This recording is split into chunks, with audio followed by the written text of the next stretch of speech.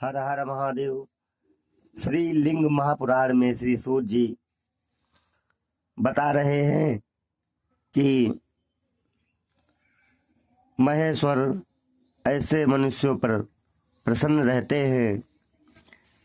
श्री सूत जी ने कहा, हे उत्तम ब्राह्मणों, संत जितेंद्रिय, साक्षात द्विजाति ब्राह्मण क्षत्रिय वैश्य धर्मज्ञ साधु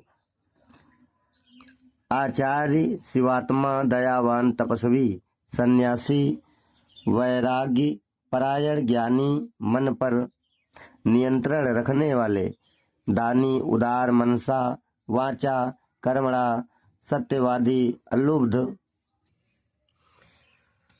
योग परायण श्रुतियों तथा स्मृतियों के वेत्ता श्रुतियों तथा स्मृतियों का अनुकरण करने वालों का विरोध न करने वाले लोगों पर महेश्वर प्रसन्न रहते हैं। सत शब्द का अर्थ ब्रह्मा होता है, जो अंत में उस ब्रह्म को पा लेते हैं वे ब्रह्म सायुज्य को प्राप्त होते हैं, इसलिए ऐसे महात्मा संत कहे जाते हैं।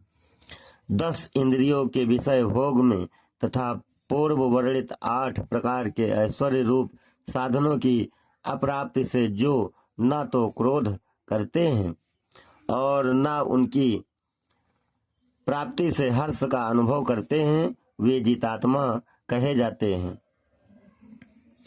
सामान्य तथा विशेष पदार्थों के साथ ब्राह्मण क्षत्रिय वैश्यों का संबंध विशेष होने से ही ये द्विजाति कहे गए हैं।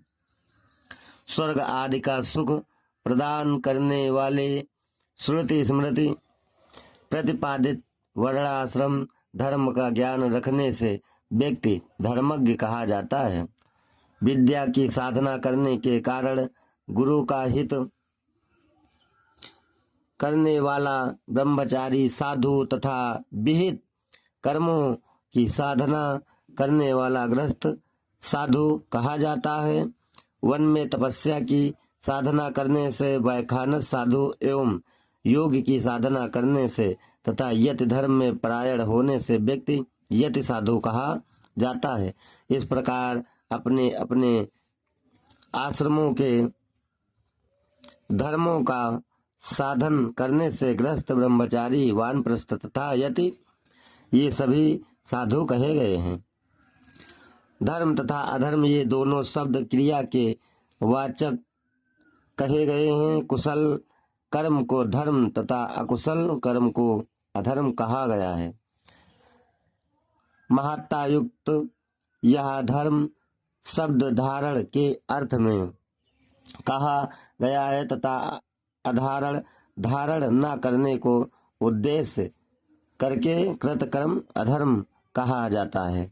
जिससे अभीष्ट की प्राप्ति हो उसे आचार्य लोग धर्म कहते हैं तथा जिससे अनिष्ट फल की प्राप्ति हो उसे आचार्य लोग अधर्म कहते हैं। वृद्ध निर्लोभी जितेंद्रिय दंभ न करने वाले पूर्ण विनम्र सरल स्वभाव वाले लोगों को आचार्य कहा जाता है। ओम हरि ओम।